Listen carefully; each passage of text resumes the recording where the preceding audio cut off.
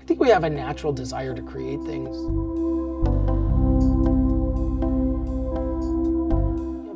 People talk about what it is to be an artist, right? So art is fundamentally like part of the human condition. So when people began to tell stories, right? When people began to tell, like nobody knows, like, you know, did religion come first or did art come first or anything like this? There's this like thing that happened when we started telling stories, and when we started telling stories, you know, obviously most of them were probably verbal, but people started, you know, start drawing pictures and they start like expressing things in all these different kind of ways. So, you know, it's all interconnected in my mind that it is just part of the human condition. One of the really beautiful things about working with clay is that it is something that people have been doing probably since the cognitive revolution some 70,000 years ago. This is something that human beings did, you know, before art schools, before ateliers, before, you know, the French Academy, before any of this guy, before the Renaissance. This is things that people have naturally kind of done. So there's something that's very beautiful and intuitive and human about kind of this process.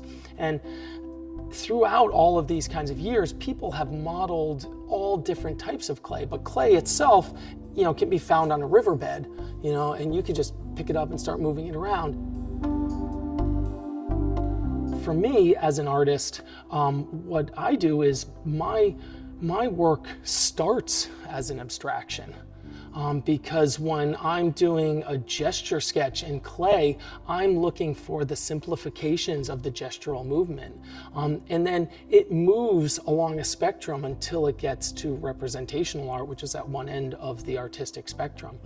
So for me, I see abstraction as something that's part of the process. And I talk about in my teaching all the time about the usage of what I call the figurative abstraction, which is a set of guidelines for how to construct a figure.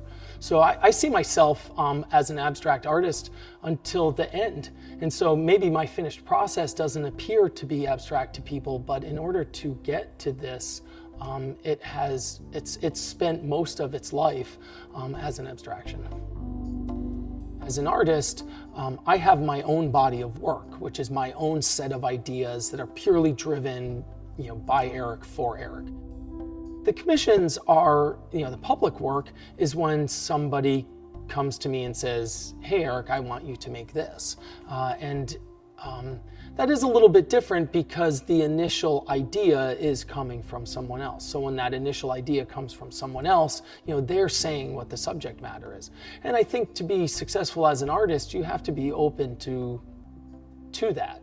I think the key is to be able to put something in you into that thing. So when the Fisherman's Committee, when I was working with them, you know, I'm not a fisherman.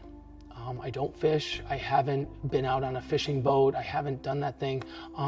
But I am a son and I am a father.